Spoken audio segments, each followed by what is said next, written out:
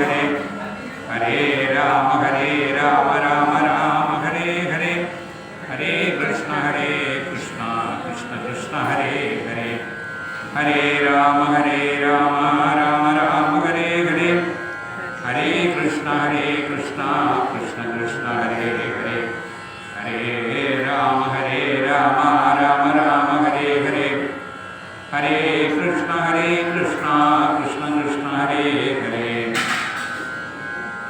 ഗുരവേ സർവലോകാനാം ഭിഷജേ ഭവരോഗിണാം നിധയേ സർവവിദ്യാനാം ദക്ഷിണാമൂർത്തയേ നമഃ. നമഃ സവിത്രേ ജഗദേകചക്ഷുഷേ ജഗത്പ്രസൂതിസ്ഥിതിനാശഹേതവേ ത്രയീമയായ ത്രിഗുണാത്മധാരിണേ വിരിഞ്ചി നാരായണ ശങ്കരാത്മനെ ശങ്കരനാരായണ സ്വാമിനേ നമഃ.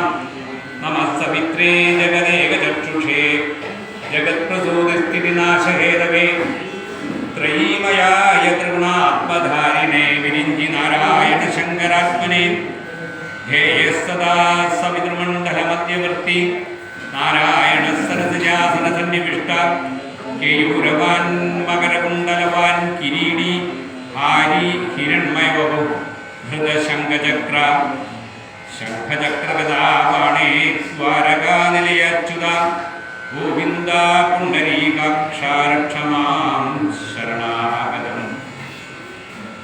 യസ്മിൻ രമന്തേ മുനയോ വിദ്യയാ ജ്ഞാനവിപ്ലവേ തം ഗുരും പ്രാഹരാമേതി രമണാ രാമയിത്യവി യത്പാദപങ്കജരജശ്രുതി വിമുഖ്യം യന്നാഭിപങ്കജഭവകമലാസനശ്ച യന്നാമസാരരസികോ ഭഗവാൻ പുരാരി തം രാമചന്ദ്രമനിശം ഹൃദി ഭാവയാമി യത്പാദപങ്കജരജ ശ്രുതിഭിർവിമൃഗ്യം യത്നാഭിപങ്കജഭവകമലാസനശ്ച യന്നാമസാരരസികോ ഭഗവാൻ പുരാരി തം രാമചന്ദ്രമനിശം ഹൃദി ഭാവയാമി. ഗോഷ്പദീകൃതവാരാശിം മചകീകൃതരാക്ഷസം രാമായണ മഹാമാലാരത്നം വന്ദേ അനിലാത്മജം. യത്ര യത്ര രഘുനാഥകീർത്തനം തത്ര തത്ര കൃതമസ്തകാഞ്ജലിം ബാഷ്പവാരി പരിപൂർണലോചനം മാരുതിം നമത രാക്ഷസാന്തകം അപരാജിതാ പിംഗാക്ഷ നമസ്തേ രാമപൂജിത പ്രസ്ഥാനം ച കരിഷ്യാമി സിദ്ധിർഭവതു മേ സദാ. ആഞ്ജനേയ സ്വാമിക്ക് ജയ്. വ്യാസം വസിഷ്ഠനപ്താരം ശക്തേഃ പൗത്രമകൽമഷം പരാശരാത്മജം വന്ദേ ശുകതാതം തപോനിധിം.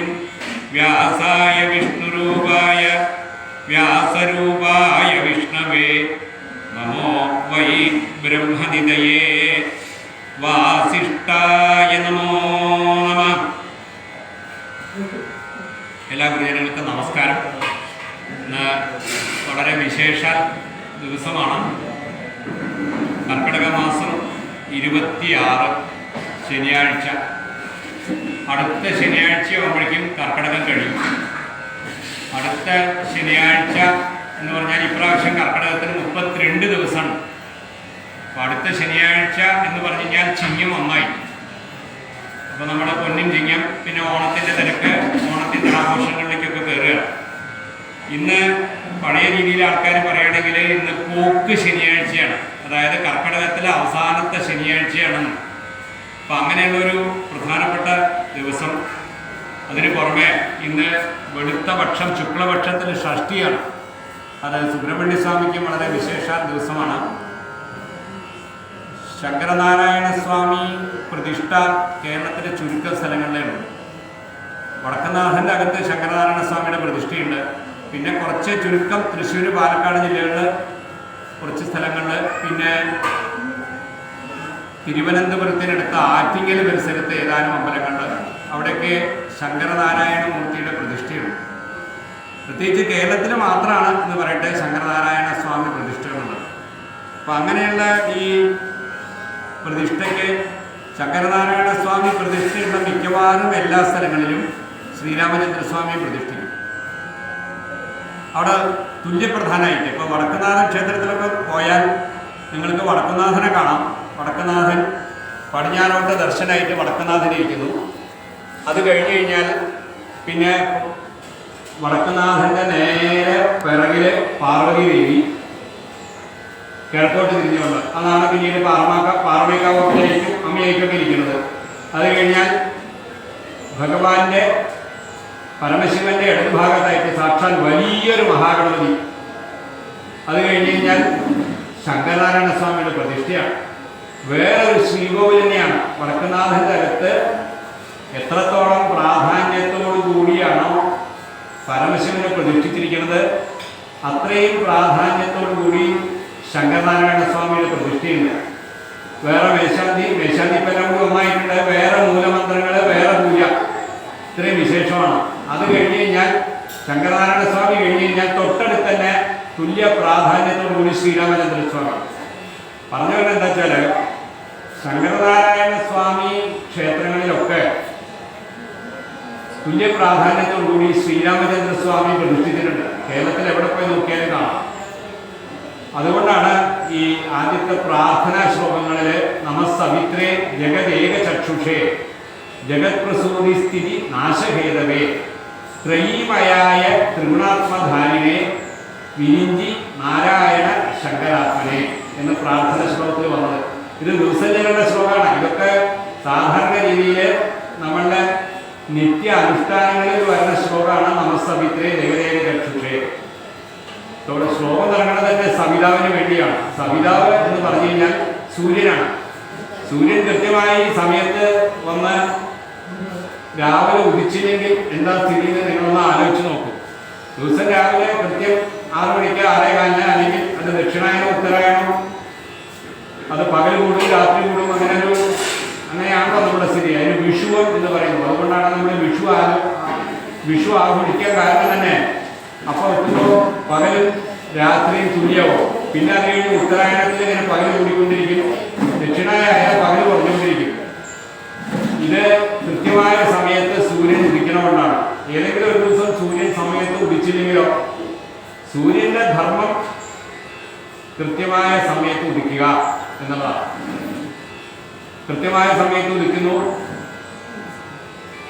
സമുദ്രങ്ങളിൽ നിന്നും വേറെ ജലാശയങ്ങളിൽ നിന്നും വെള്ളത്തിനെ എടുത്ത് അതിനെ മഴക്കാലാക്കി കൃത്യമായ സമയത്ത് അതിനെ ശുദ്ധജലമാക്കി, അത് എങ്ങനെയാണോ കാർത്തിക ഞാറ്റുവല അല്ലെങ്കിൽ തിരുവാതിര ഞാറ്റുവല അല്ലെങ്കിൽ ഇടവപ്പാതി അല്ലെങ്കിൽ പുനർദം പൂയം ആയില്യം, ഇതപ്പോൾ ആയില്യം ഞാറ്റുവലയിലാണ്. അതൊക്കെ പഴയ ഇവിടുത്തെ സമ്പ്രദായക്കാർക്കൊക്കെ അറിയേണ്ടതാണ്. അപ്പോൾ ആയില്യം ഞാറ്റുവലയിലാണ് നമ്മൾ പോയിക്കൊണ്ടിരിക്കുന്നത്.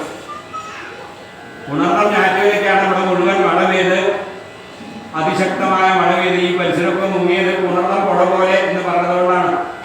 അത് അതിൻ്റെ ധർമ്മം അനുസരിച്ചിട്ട് നടക്കുകയാണ്. തിരുവാതിര പുണർദം ഞാറ്റുവലയിൽ നന്നായിട്ട് മഴ കിട്ടി, അതുകൊണ്ടാണ് നമ്മൾ കൃഷിയൊക്കെ നടക്കുന്നത്. അത് കഴിഞ്ഞ് പുണർദം പൂയം ആയില്യം ഞാറ്റുവലയിലേക്ക് കയറി. ഇനി ചിങ്ങമാസം തുടങ്ങിയാൽ മകം പോലും ഉത്തർത്തിക്കാല് അയാൾ ചിങ്ങയായി. അപ്പോൾ മകം ഞാറ്റുവലയായി. ചിങ്ങം അടുത്ത ശനിയാഴ്ച രാവിലെ ഈ നേരത്ത് മകം ഞാറ്റുവല തുടങ്ങും. അപ്പം ഞാറ്റുവേലയ്ക്ക് ന്യായം എന്നുള്ള വാക്കിന് തന്നെ തമിഴിൽ നിന്ന് വന്നതാണ്. ന്യായം എന്നുള്ള വാക്കിന് ഞാറ്റുവേല എന്നുള്ള അർത്ഥം തന്നെ സൂര്യന്റെ സമയം എന്നാണ് അർത്ഥം. അതുകൊണ്ടാണ് നമ്മൾ ഞായറാഴ്ചക്ക് സൺഡേ സൂര്യന് വേണ്ടി സമർപ്പിക്കുന്നത്. ഇവിടെ എന്തിനാണ് ഇപ്പോൾ പറഞ്ഞത് വെച്ചാൽ സൂര്യന്റെ ധർമ്മം യഥാസമയം ഉദിച്ച് യഥാസമയം അസ്തമിച്ച് നമുക്ക് രാത്രി. അപ്പം എന്തിനാ രാത്രി യഥാസമയം അസ്തമിക്കുന്നത്? യഥാസമയം അസ്തമിച്ചാലേ നമുക്ക് രാത്രിയാവുള്ളൂ. രാത്രിയിൽ സൂര്യപ്രകാശം പോലെ വെളിച്ചമാണെങ്കിൽ നമുക്ക് ഉറങ്ങാൻ പറ്റില്ല.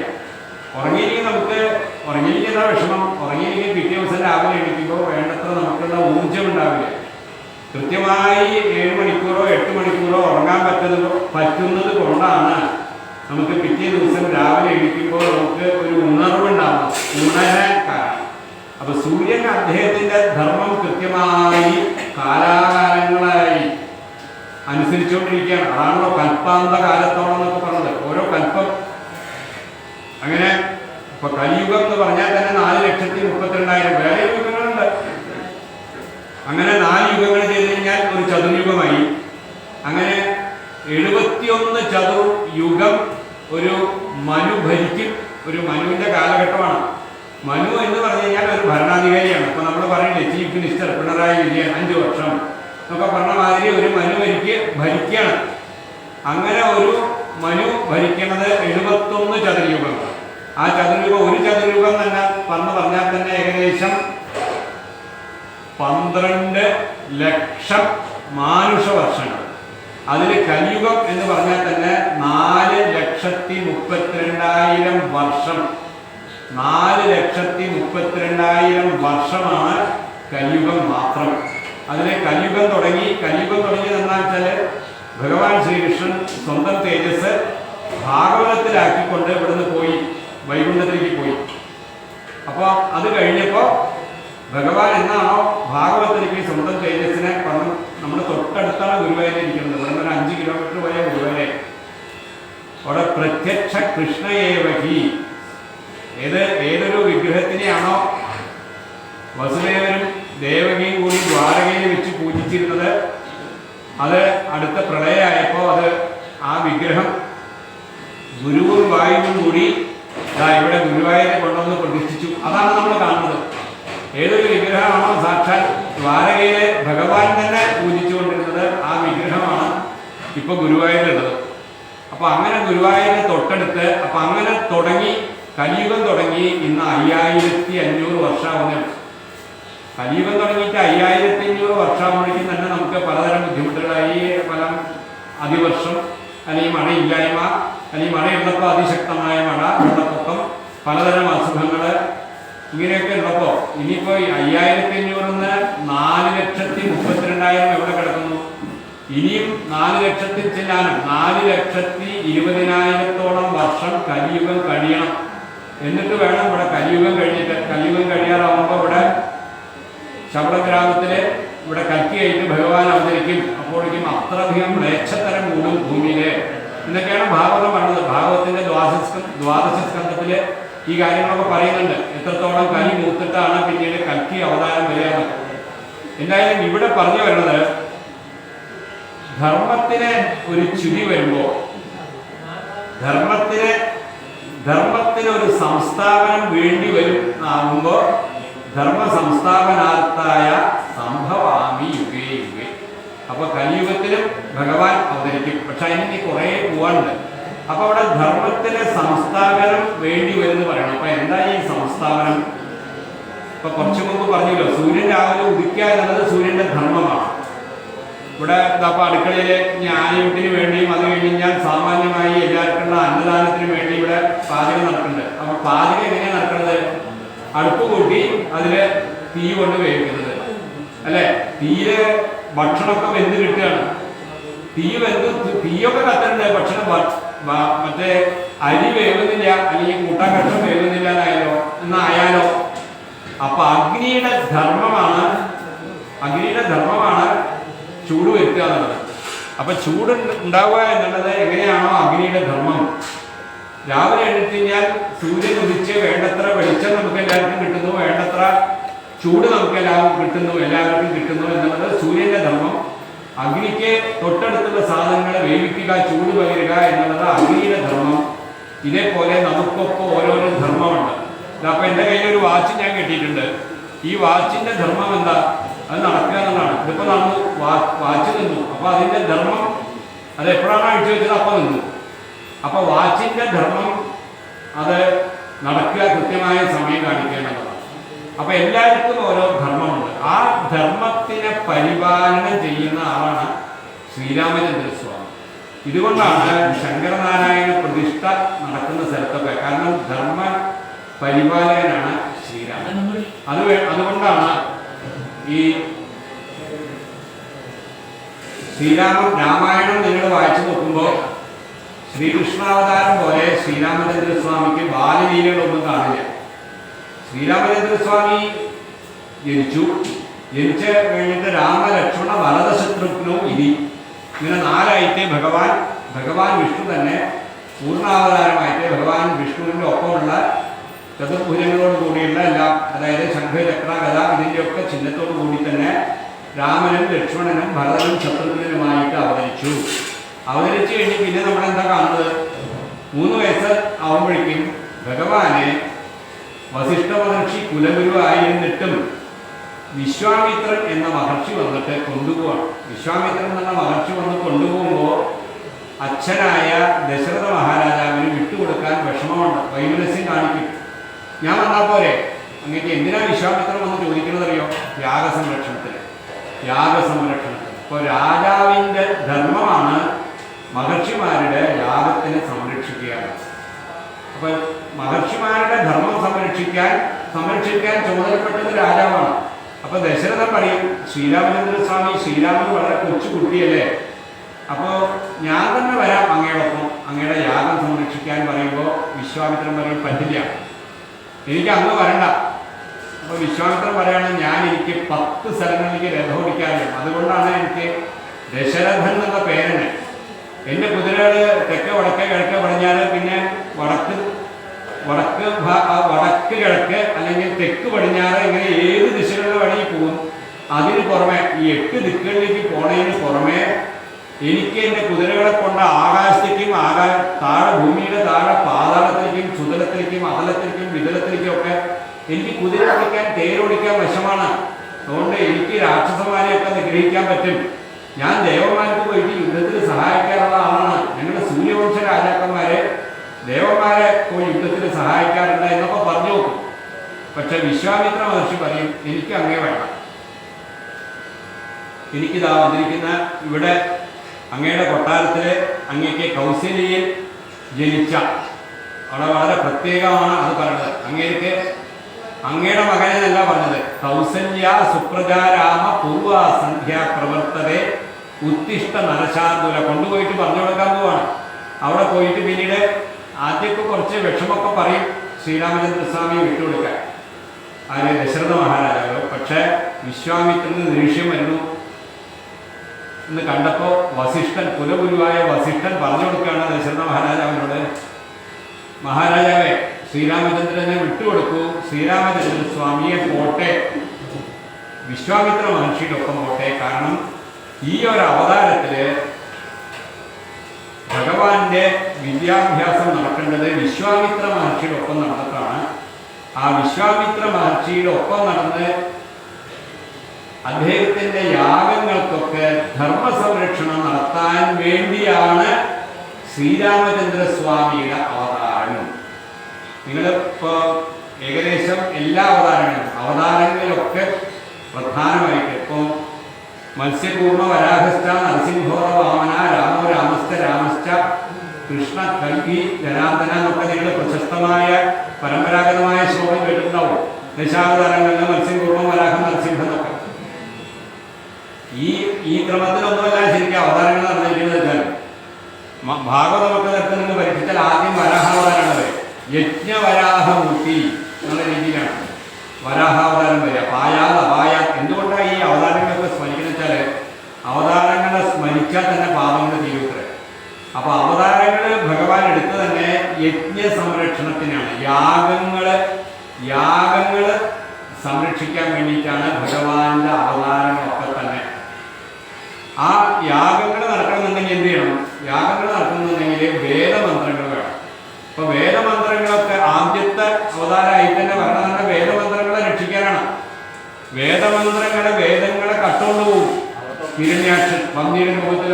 അപ്പോഴാണ് കൊണ്ടുപോയി പാതാളത്തേക്ക് കൊണ്ടുപോയി വെച്ചപ്പോൾ ആദ്യം അതുകൊണ്ടാണ് പന്നിയൂര് ക്ഷേത്രം ഇവിടുന്ന് അധികം അകലൊന്നുമല്ല, എടപ്പാളെത്തിക്കഴിഞ്ഞാൽ പന്നിയൂരായി. ശ്വേതവരാഹമൂർത്തിയുണ്ട്, കറുത്തിട്ട് ഒരു വരാഹമൂർത്തിയുണ്ട്, കൃഷ്ണവരാഹമൂർത്തിയുണ്ട്.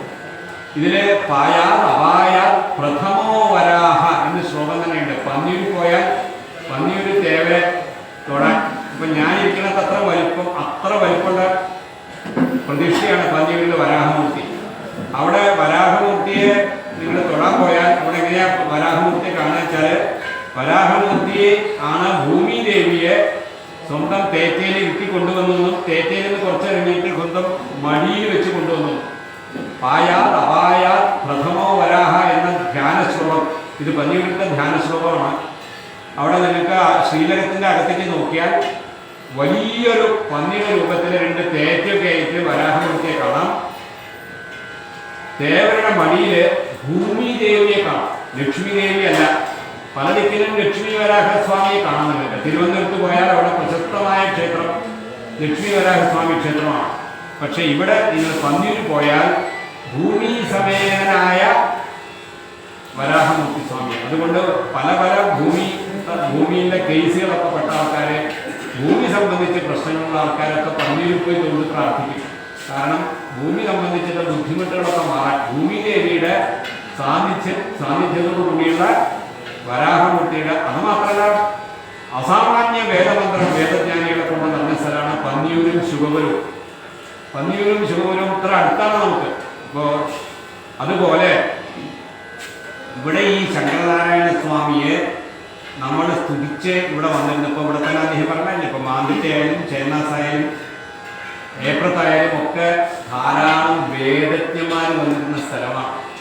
ആ വേദജ്ഞന്മാരെ അവരുടെ ഉപാസന കൊണ്ടും അകത്ത് കയറി പൂജ ചെയ്തുകൊണ്ടും തന്ത്രം കൊണ്ടും മന്ത്രങ്ങൾ കൊണ്ടും ദേവരുടെ ശക്തി വർദ്ധിപ്പിച്ച് വന്നു.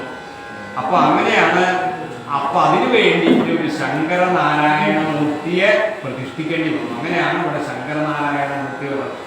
എത്രയോ ആൾക്കാർ അതിനുശേഷം ഇവിടെ തന്നെ കാണേണ്ടതോ നിങ്ങൾക്ക് ടിപ്പു വന്ന് ആക്രമിച്ചതിന് ശേഷം ഇടിഞ്ഞു പൊടിഞ്ഞു പോയപ്പോൾ വാതിലും ഇതൊക്കെ കാണുന്നുണ്ടല്ലോ അല്ലേ, പണിപ്പരയൊക്കെ.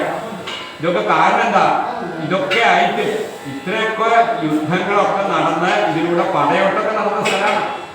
ഈ പടയോട്ടമൊക്കെ നടന്നിട്ടും ഇവിടെ അകത്ത് ശങ്കരനാരായണ സ്വാമി പ്രത്യക്ഷമായിട്ട് നിൽക്കാൻ കാരണം നമസ്സവിത്രേ ജഗദേക ചക്ഷുഷേ, അതാണ് പ്രാർത്ഥന ശ്ലോകത്തിന് ചെയ്തത്.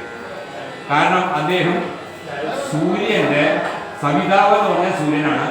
നമസ്സവിത്രേ ജഗദേക ചക്ഷുഷേ, അദ്ദേഹമാണ് ഈ ജഗത്തിന്റെ ഏക ചക്ഷുഷ്.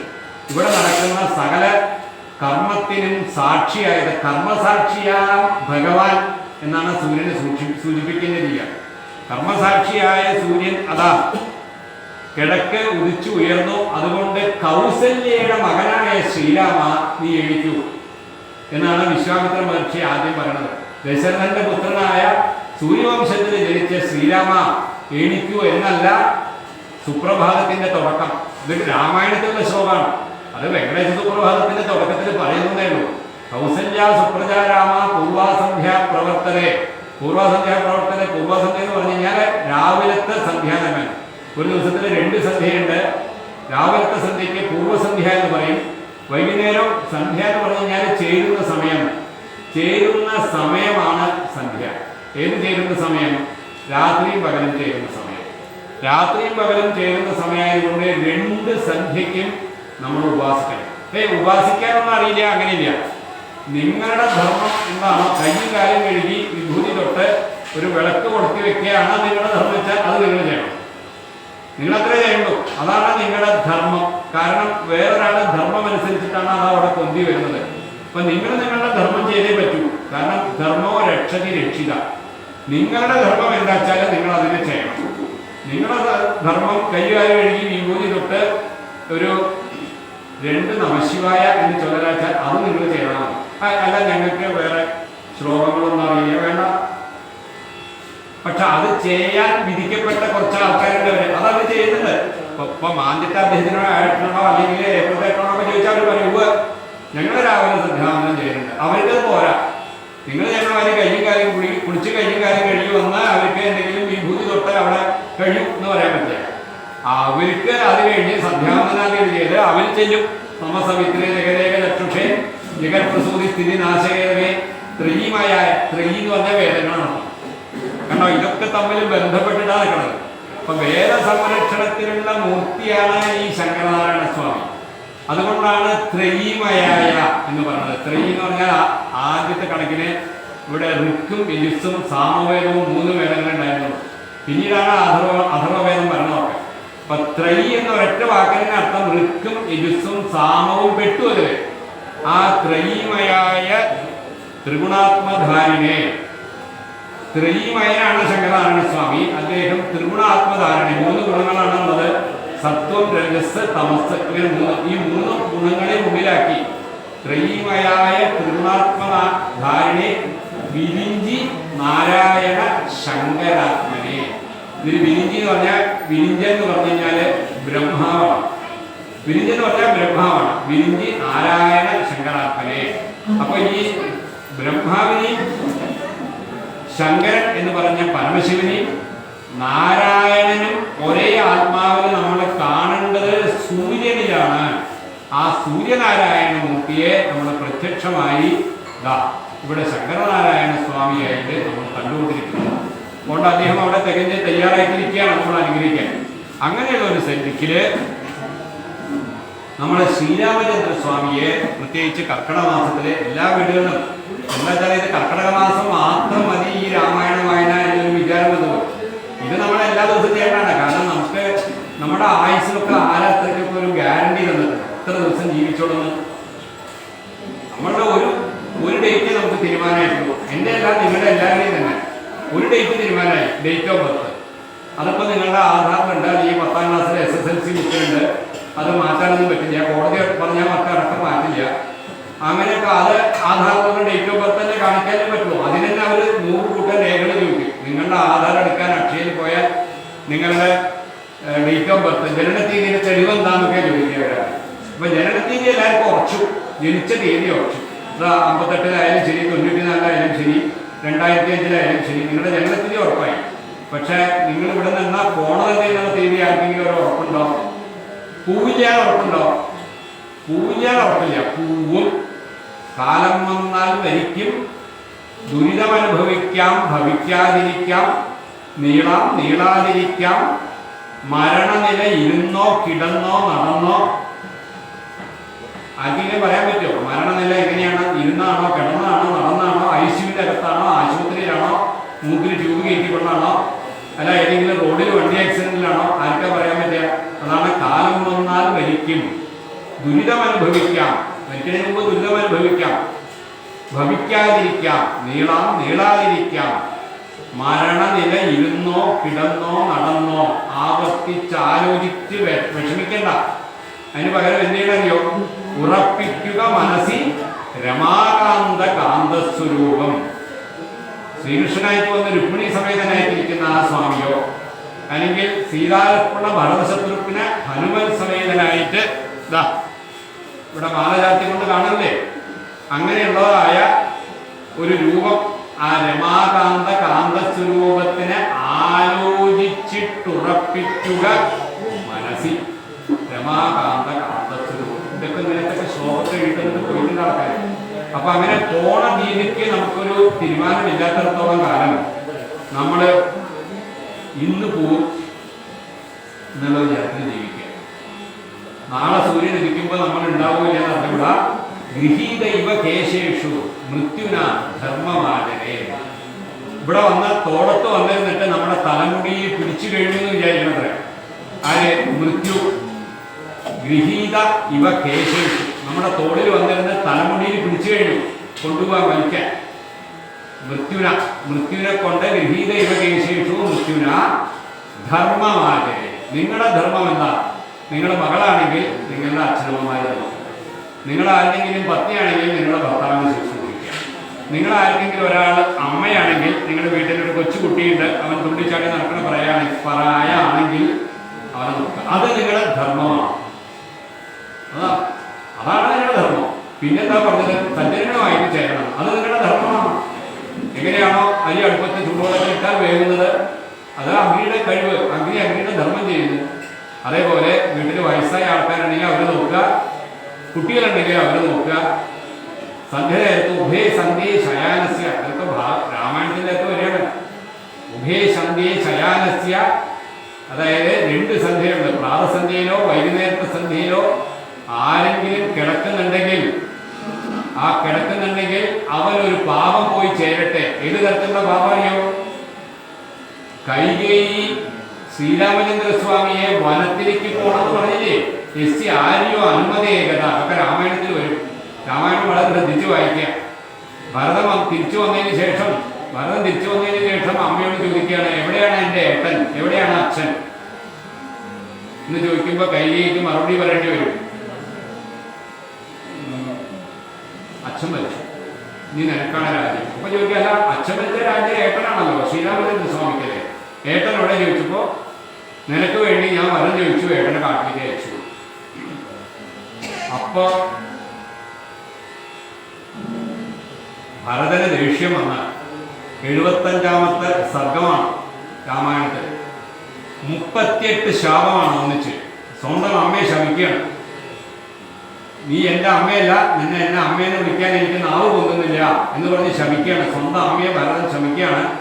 അതിൽ പലതരം, അതായത് വളരെ അടുത്തടുത്ത് സ്നേഹബന്ധങ്ങളിലുള്ള സുഹൃത്തുക്കളെ ഒരാളെ അതിൻ്റെ ഇടയിൽ കിടന്ന് പാര വെച്ച് തിരിച്ചാലോ, പശുക്കളെ ചവിട്ടിയാലോ,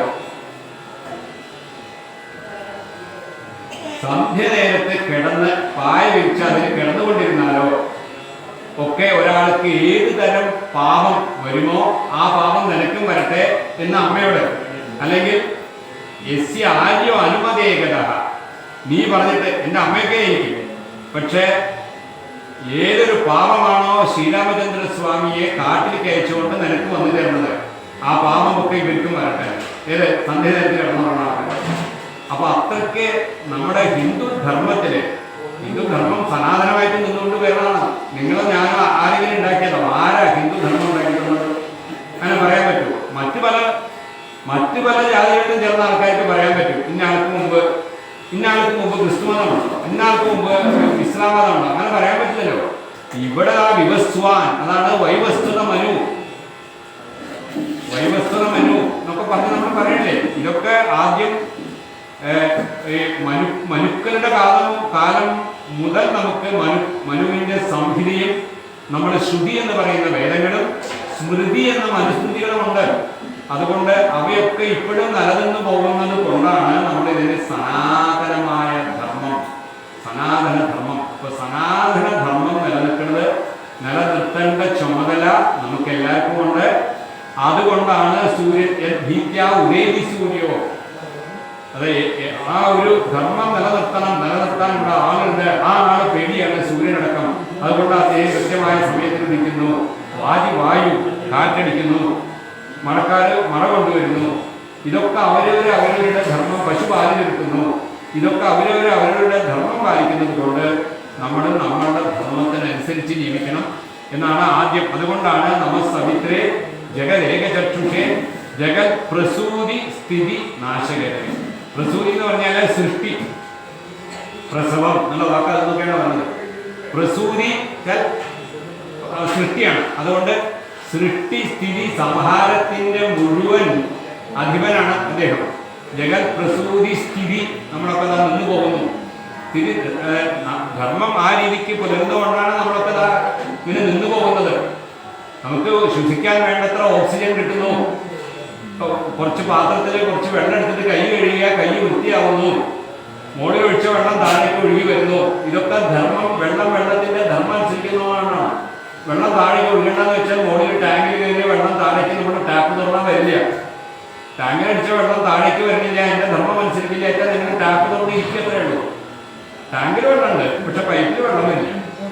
അപ്പൊ എല്ലാ കാര്യങ്ങളും അതാത് പഞ്ചമഹാഭൂതങ്ങളുടെ പൃഥ്വി അപ്തേജോ വായുരാകാശ എന്ന കാര്യങ്ങളൊക്കെ അവരവരുടെ ധർമ്മം അനുസരിച്ചുകൊണ്ടിരിക്കുന്നു. പിന്നെന്താ നിങ്ങളുടെ ധർമ്മം അനുസരിക്കാത്തത് എന്ന് ചോദിക്കുകയാണ്. അതുകൊണ്ട് ആ ധർമ്മത്തിനെ അനുസരിപ്പിക്കാൻ ത്രിമയായ ത്രിഗുണാത്മധാരിണി, ത്രിഗുണങ്ങളെ ധരിക്കുന്ന വിരിഞ്ചി നാരായണ ശങ്കരാത്മനെ. അപ്പൊ അങ്ങനെയുള്ള ഈ മഹർഷിമാരൊക്കെ തപസ് ചെയ്ത ഈ സ്ഥലം അവരെന്താ ചെയ്ത് തീരുമാനിച്ചറിയോ? അതാണ് പാദപങ്കജലജ ശ്രുതിപേർ വിമൃഗ്യം. ശ്രുതി എന്ന് പറഞ്ഞു കഴിഞ്ഞാൽ വേദങ്ങളാണ്. അങ്ങനെ ഇടയ്ക്കിടയ്ക്ക് വേദം എന്നുള്ള വാക്കെന്നെ പറയുന്നത്. അതുകൊണ്ട് നമ്മുടെ എളുപ്പത്തിൽ ശ്രുതി എന്ന് പറയണം. ഇതുപോലെ ശ്രുതിയാണ്. എവിടെയാണ് ഞാൻ നിൽക്കുന്നതെന്ന് അറിയണം. കാരണം ഞാൻ നിങ്ങൾ സംസാരിക്കുന്നവരെ സംസാരിച്ചാൽ ശരിയാവും. അതുകൊണ്ട് ഞാൻ എൻ്റെ ശ്രുതിയിൽ നിൽക്കുന്നു. ഞാൻ എന്നെ മറന്ന് അവനവനെ മറന്ന് തലം മറന്ന് എങ്ങനെ ഇരിക്കാന്ന് പറയില്ല. അതേമാതിരി ഞാൻ എന്നെ മറന്ന് നിൽക്കാതിരിക്കാൻ വേണ്ടിയിട്ടാണ് ഇങ്ങനെ വെക്കുന്നത്. അപ്പൊ എനിക്കറിയാം ഞാൻ എവിടെയാണ്. അപ്പൊ അതേപോലെ ശ്രുതിയാണ് ഏറ്റവും വലിയ പ്രമാണം. അതായത് സുപ്രീം കോടതി എന്നൊക്കെ പറഞ്ഞതുമായി. അത് കഴിഞ്ഞ് കഴിഞ്ഞാൽ 18 മനുക്കൾ.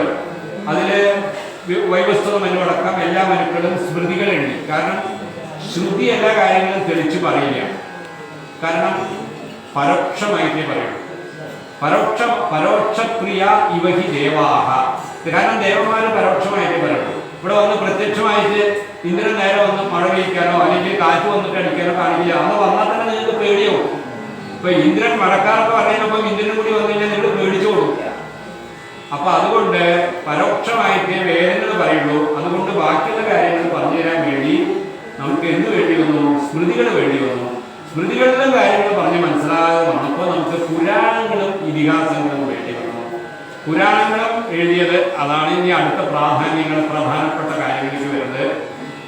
മനുക്കൾ 18 മനുക്കൾ എഴുതിയ മനുസ്മൃതികളെല്ലാം തന്നെ പ്രധാനം. അപ്പൊ നിങ്ങൾക്കൊരു കാര്യത്തിൽ ഒരു സംശയം വന്നു കഴിഞ്ഞാൽ ആദ്യം നോക്കേണ്ടത് ശ്രുതി എന്താണ് പറഞ്ഞിരിക്കുന്നതാണ്.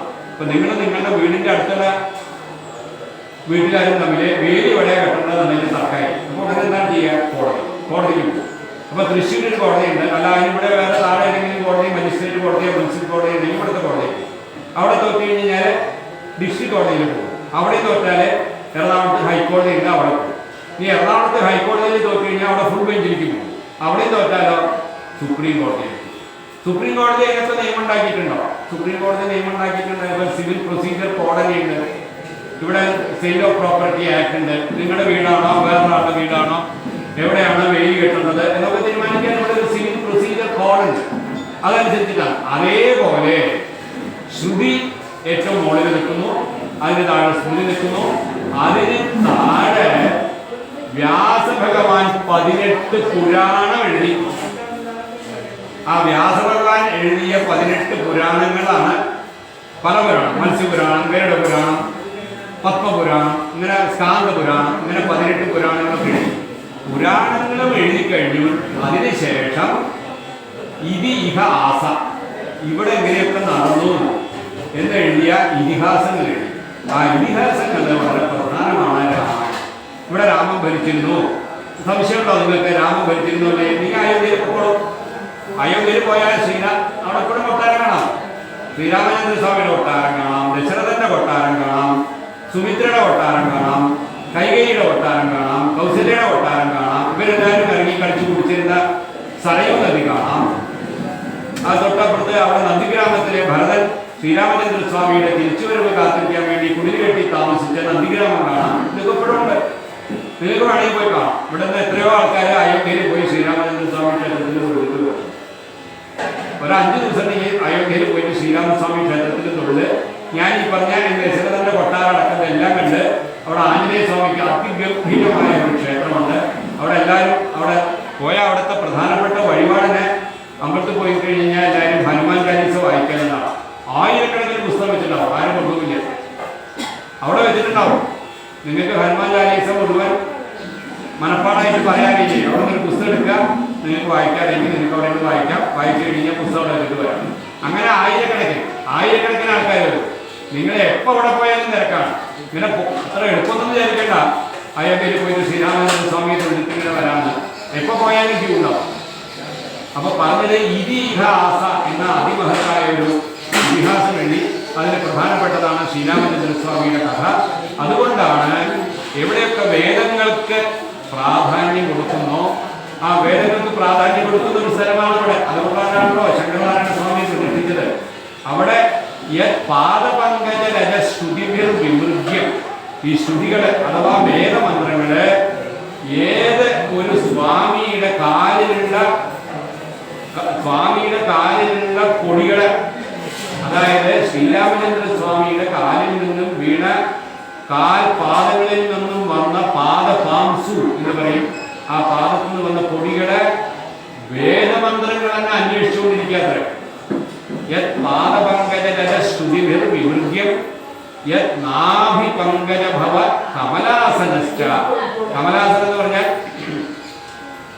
താമര ആർക്കാണോ ഇരിപ്പിടമായിട്ടുള്ളത്, ആർക്കാണ് താമര ഇരിപ്പിടമായിട്ടുള്ളത്? അത് ബ്രഹ്മാവിനാണ്.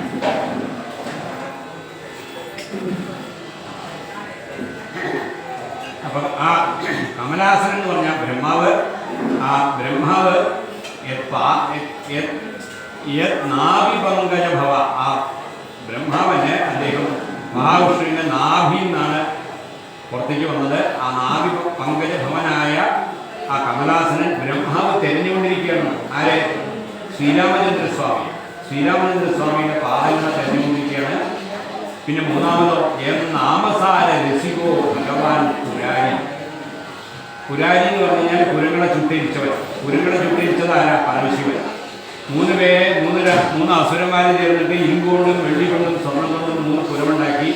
എന്നിട്ട് ആ പുരങ്ങൾ 3 ഒരേ ലൈനിൽ വരുമ്പോൾ മാത്രമേ ആ പുരങ്ങൾ അവരെ കൊല്ലാൻ പറ്റുള്ളൂ എന്നുള്ള വരം വാങ്ങിച്ചു. ആ വരം കൊടുത്തത് ബ്രഹ്മാവാണ്. പക്ഷേ ഈ വരം കൊടുത്ത ഈ അസുരന്മാരെ, ഈ പുരങ്ങളെ സ്വർണം കൊണ്ടും വെള്ളി കൊണ്ടും ഇരുമ്പ് കൊണ്ടുമുള്ള ഈ പുരങ്ങളൊക്കെ കത്തിച്ച് ആ അസുരന്മാരെ വധിച്ചത് പരമശിവനാണ്. ആ പരമശിവൻ അത് വധിക്കാൻ അദ്ദേഹം ഭഗവാൻ നാരായണനെ തന്നെ അസ്ത്രമാക്കി പരമശിവൻ ഈ ഭൂമിയെ വില്ലാക്കിയിട്ട് അവരെ വധിക്കുകയാണ്. അതുകൊണ്ട് പുരാരി എന്ന് പറഞ്ഞാൽ, പുരാരി അത് ശിവപുരാണത്തിൽ നിങ്ങൾ വിസ്തരിച്ച് കാണേണ്ട ഒരു കഥയാണ്. പുരാരി ത്രിപുരദഹനം എന്നാണ് കഥയുടെ പേര്. അപ്പോൾ പുരാരി എന്ന് പറഞ്ഞാൽ പരമശിവൻ. ആ പരമശിവൻ ഉണ്ടല്ലോ, അത് നിങ്ങൾ കാശിയിലായാലും രാമേശ്വരത്തായാലും ആ പരമശിവൻ എന്ത് ചെയ്യുന്നത്രേ? നാമസാര രസികോ ഭഗവാൻ പുരാരി. ഈ പരമശിവന് ഒരു മന്ത്രത്തിനോട്, അതിൻ്റെ സാരത്തിനോട് വലിയ ഇഷ്ടമാണ്. ഏത് മന്ത്രത്തിനാണെന്നറിയോ? രാമരാമ.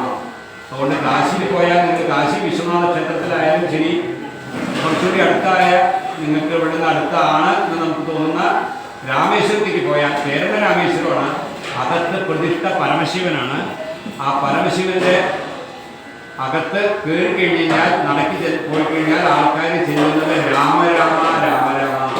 കാരണം അവിടുത്തെ ദേവർക്ക്, അതായത് പരമശിവന് ഇഷ്ടമായ നാമസാര രസികനാണ്. രാമരാമ രാമരാമ എന്നുള്ള മന്ത്രത്തിന് അദ്ദേഹത്തിന് അത്ര ഇഷ്ടമായതുകൊണ്ട് അത് ചിന്തിക്കൊണ്ടിരിക്കുന്നു. നാമസാര രസികോ ഭഗവാൻ പുരാരി തം രാമചന്ദ്ര മനുഷ്യം ഹൃദി ഭാവയാമി. ഇതൊക്കെ വളരെ പ്രശസ്തമായ ശ്ലോകങ്ങളാണ്.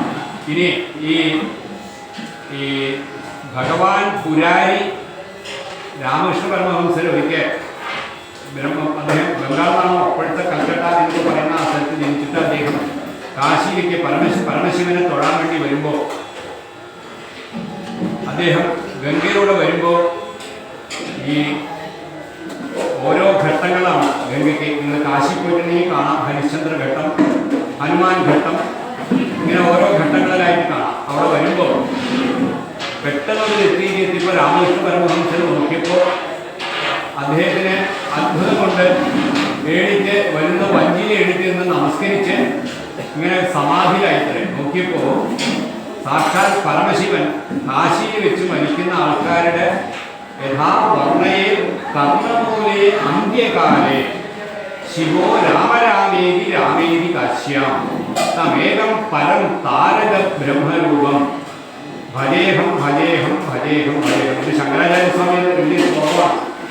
ആ ശ്രീരാമചന്ദ്രസ്വാമിയെ ഞാൻ മനസ്സുകൊണ്ട് നമസ്കരിക്കുന്നു. ഏത് ശ്രീരാമചന്ദ്രസ്വാമിയെ എന്ന് പറഞ്ഞു കഴിഞ്ഞാൽ യഥാവർണ്ണയെ കർണമൂലെ അന്ധകാലെ സാക്ഷാൽ പരമശിവൻ കാശി വിശ്വനാഥൻ എന്ത് ചെയ്തറിയോ? ഗംഗാതീരത്ത് വന്ന് കാശിയിൽ വെച്ച് മരിച്ചുപോയ ഓരോ ജീവാത്മാക്കളുടെയും ദേഹത്തിനെടുത്ത് മടിയിൽ വെച്ച് അവരുടെ ചെവിയിലെ അവസാനത്തെ താരകമന്ത്രം പറഞ്ഞു കൊടുക്കുക. താരകമന്ത്രം വെച്ചാൽ രാമരാമ ശ്രീരാമ രാമ രാമരാമ. അപ്പൊ അത് ശ്രീരാമകൃഷ്ണ പരമഹംസർക്ക് അത് കാണാനുള്ള ജ്ഞാന നേത്രം ഉണ്ടായിരുന്നു. നമുക്ക് പോയാൽ കാണാൻ പറ്റില്ല, കാരണം നമുക്ക് അത്ര അതിനുള്ള ത്രാണിയില്ല. രാമകൃഷ്ണ പരമഹംസർ ഗംഗയിലൂടെ വരുമ്പോൾ കാണുകയാണ് യഥാവർണ്ണയെ കർണമൂലെ, വലതുവശത്തെ ചെവിയിലെ സാക്ഷാൽ പരമശിവൻ തന്നെ വന്ന് പറഞ്ഞു കൊടുക്കാത്രേ. യഥാവർണ്ണയെ കർണമൂലെ അന്ധകാലെ, പൂവാറായി ജീവാത്മാക്കളെ വിട്ടു പോവാണ്. അപ്പൊ ഒന്ന് പറയാണ് യഥാവർണ്ണയെ കർണമൂലെ അന്ധകാലെ ശിവോ രാമരാമേതി രാമേതി കാശ്യാം. സാക്ഷാൽ പരമശിവൻ. അതാണ് കാശിക്ക് പ്രാധാന്യം. എന്താ? കാശിയിൽ വെച്ച് കാശ്യാമത്ത് മരണാത് മുക്തി. കാശിയിൽ പോയിട്ട് മരണമടഞ്ഞ മോക്ഷമാണ്. കാശ്യാമത്ത് മരണാത് മുക്തി സ്മരണാത് അരുണാചലം. ഇതൊക്കെ വളരെ പ്രസിദ്ധമായ ശ്ലോകങ്ങളാണ്. കാശിയിൽ പോയിട്ട് മരിച്ചാൽ, അവിടെ വെച്ച് മരിച്ചു വെച്ചാൽ സാക്ഷാൽ പരമശിവൻ തന്നെ വന്ന് നമ്മുടെ ബാക്കിയുള്ള ദേഹത്തിനെടുത്ത് വടിയിൽ വെച്ച് വലത് ചെവിയിലെ രാമരാമ രാമരാമ എന്ന താരകത്തിന് പറയുന്നു. യഥാവർണ്ണയിൽ കർണമൂലെ അന്ധകാരെ ശിവോ രാമരാമേന്തി രാമേന്തി കാശ്യാം തമേകം പരം താരക ബ്രഹ്മരൂപം. ആ താരക ബ്രഹ്മതുല്യമായ താരക ബ്രഹ്മത്തിനെ ഭജേഹം ഭജേഹം ഭജേഹം ഭജേഹം ഞാനിതാ ഭജിച്ചുകൊണ്ടിരിക്കുന്നു എന്ന് പറയാം. ഇനി ഇത്രയൊക്കെ പ്രശസ്തിയുള്ള ഈ രാമായണത്തിന്, സാക്ഷാത് പരമശിവൻ തന്നെ ആരാധിക്കുന്ന ഈ രാമായണത്തിന് മലയാളികൾക്ക് പരിചയപ്പെടുത്തി തന്നത് തുഞ്ചത്ത് ആചാര്യനാണ്. അതാണ് ഇവിടെ എല്ലാ ദിവസവും നിങ്ങൾ തുഞ്ചത്ത് ആചാര്യൻ്റെ അധ്യാത്മരാമായണം കിളിപ്പാട്ടാണ് വായിച്ചു വരുന്നത്. പല കാരണങ്ങളും കൊണ്ടാണ് അതിന്. അതാണെങ്കിൽ ഒന്ന് മലയാളമല്ല, അത് മണിപ്രവാളമാണ്. മലയാളവും സംസ്കൃതവും ചേർന്നതാണ്. പിന്നെ ഇതാണ് തുഞ്ചത്ത് ആചാര്യൻ്റെ അധ്യാത്മരാമായണം കിളിപ്പാട്ട് തുഞ്ചത്തെഴുത്തച്ഛൻ. അതാണെങ്കിൽ മലയാള വൃത്തങ്ങളിൽ പെട്ടതാണ്. മലയാള വൃത്തങ്ങൾ വെച്ചാൽ കേക, കാകടി, കളകാഞ്ചി എന്നുള്ള വൃത്തങ്ങൾ. സാക്ഷാൽ രാമായണം എഴുതിയിരിക്കുന്നത് ഈ വൃത്തങ്ങളിലല്ല. സാക്ഷാൽ രാമായണം എഴുതിയത് വാൽമീകി മഹർഷിയാണ്. അത് ആദി കാവ്യമാണ്. അത് കഴിഞ്ഞ് എത്രയോ കാലം കഴിഞ്ഞിട്ടാണ് വ്യാസരുടെ മഹാഭാരതമൊക്കെ വരുന്നത്. പക്ഷെ വാൽമീകി ആദികവി ആയിരുന്നതുകൊണ്ട് വ്യാസഭഗവാന് പിന്നീട് കവിതകൾ എഴുതി വന്ന പുരാണങ്ങൾ എഴുതിയ വ്യാസഭഗവാന് തോന്നിത്രേ, ഞാൻ ശ്രീരാമചന്ദ്രസ്വാമിയുടെ മഹിമയെ വർണ്ണിക്കേണ്ടതല്ലേ, അതുകൊണ്ട് ശിവപാർവതി സംവാദം എന്നുള്ളതിരിക്കും. അതായത് പാർവതി ദേവി ചോദിച്ചു, എങ്ങനെയാണ് കേനോപായേന ലഘുനാ വിഷ്ണു നാമ സഹസ്രകം. അതൊക്കെ നിങ്ങൾ ശിവനോട് പാർവതി ചോദിക്കുകയാണ്. ഇതേപോലെ ഒരു ദിവസം ശ്രീരാമ രാമ രാമേരി രമേ രാമേ മനോരമേ സഹസ്രനാമ തത്തുല്യം എന്നൊക്കെ പറഞ്ഞല്ലോ ഭഗവാനെ. രാമരാമ രാമരാമ എന്ന് പറഞ്ഞു കഴിഞ്ഞാൽ തന്നെ 3 പ്രാവശ്യം പറഞ്ഞാൽ തന്നെ സഹസ്രനാമത്തിന് തുല്യമാണെന്ന് പറഞ്ഞല്ലോ. ആ രാമരഹസ്യം എനിക്കൊന്ന് പറഞ്ഞു തരണേ എന്ന് പാർവതി ദേവി ശിവനോട് ചോദിക്കുന്നതായും അപ്പോൾ പരമശിവൻ പറഞ്ഞു കൊടുക്കുന്നതായും അധ്യാത്മരാമായണം വീണ്ടും വ്യാസഭഗവാൻ തന്നെ എഴുതി. അതുകൊണ്ടാണ് അകത്ത് വ്യാസഭഗവാന്റെ പ്രതിഷ്ഠ. ആ വ്യാസഭഗവാന്റെ പ്രതിഷ്ഠയിൽ നോക്കിക്കോളൂ. ഒരു ഭാഗത്ത് വ്യാസഭഗവാന്റെ വലതുഭാഗത്ത് സരസ്വതി ദേവിയും വ്യാസഭഗവാന്റെ ഇടത്ത് ഭാഗത്ത് ഏതൊരു വ്യാസമഹർഷി പറഞ്ഞു കൊടുത്തപ്പോൾ മഹാഭാരതം മുഴുവൻ എടുത്തുവോ ആ ഗണപതിയും അടുത്ത് തന്നെയുണ്ട്. ഒരു ഭാഗത്ത് ഗണപതി ഭഗവാനെയും മറുഭാഗത്ത് സരസ്വതി ദേവിയും പ്രതിഷ്ഠിച്ചുകൊണ്ട് നടുക്ക് വ്യാസഭഗവാന്റെ പ്രതിഷ്ഠയുള്ള വളരെ ചുരുക്കം അമ്പലങ്ങളെ കേരളത്തിലുള്ളൂ. അതൊന്നുകൂടെയാണ് ഇനി തിരുവനന്തപുരം പത്മനാഭസ്വാമി ക്ഷേത്രത്തിലാണ്. തിരുവനന്തപുരം പത്മനാഭസ്വാമി ക്ഷേത്രത്തിലെ പത്മനാഭസ്വാമിയുടെ പാദങ്ങളിൽ വ്യാസഭഗവാന്റെ പ്രതിഷ്ഠയുണ്ട്. പറഞ്ഞ ശരിക്കും ഒന്നുകൂടി പറയട്ടെ, എവിടെ വ്യാസഭഗവാന്റെ പ്രതിഷ്ഠയുണ്ടോ അവിടെ അശ്വത്ഥമാവ് വരും. കാരണം അശ്വത്ഥമാവിന് ഒരു ശാപം കിട്ടി. ശാപം കിട്ടിയ വെച്ചാൽ മനസ്സിന് സമാധാനം ഇല്ലാതെ പോട്ടെ. മനസ്സിന് സമാധാനം ഇല്ലാതെ പോട്ടെ എന്നതിന് അങ്ങനെ ഒരു ശാപം കിട്ടാൻ കാരണം പാണ്ഡവന്മാരുടെ പുത്രന്മാരെയൊക്കെ ബ്രഹ്മാസ്ത്രം അയച്ചു കൊന്നു. ഗർഭത്തിലിരിക്കുന്ന പരീക്ഷിത് മഹാരാജാവിനെയും വധിക്കാൻ ബ്രഹ്മാസ്ത്രം അയച്ചു. ആ ബ്രഹ്മാസ്ത്രം തിരിച്ചെടുക്കാനുള്ള കഴിവ് പരീക്ഷത്തിന് മാത്രം അറിയില്ല. അവസാനം ഭഗവാൻ ശ്രീകൃഷ്ണനോട് കൂടി ചേർന്ന് അർജുനനാണ് ബ്രഹ്മാസ്ത്രം മുഴുവൻ തിരിച്ചടക്കിയിട്ട് അശ്വത്ഥാമാവിനെ പിടിച്ചു കെട്ടിയിട്ട് അശ്വത്ഥാമാവിനെ വധിക്കാൻ വേണ്ടി ശ്രമിച്ചപ്പോൾ പാഞ്ചാലി പറഞ്ഞത്രേ, അശ്വത്ഥാമാവ് ബ്രാഹ്മണനാണ്, നമ്മുടെ ഗുരുനാഥനായ ദ്രോണരുടെ പുത്രനാണ്. ഇതൊക്കെ ഭാഗവതത്തിന്റെ തൊട്ടക്കത്തിൽ തന്നെ വരും. ഭാഗവതത്തിന്റെ തൊട്ടക്കത്തിൽ ആദ്യ മരണ കഥകളാണ് ഇതൊക്കെ. അപ്പൊ അതുകൊണ്ട് ഈ ബ്രാഹ്മണനും ഗുരുനാഥന്റെ പുത്രനുമായ അശ്വത്ഥാമാവിനെ വധിക്കരുത്. അതിന് പകരം അദ്ദേഹത്തിന്റെ നെറ്റിയിലെ ശിരസില് ഇരിക്കുന്ന ആ അതുല്യമായ ചൂടാമണി രത്നത്തിനെ പറിച്ചെടുത്തോളൂ.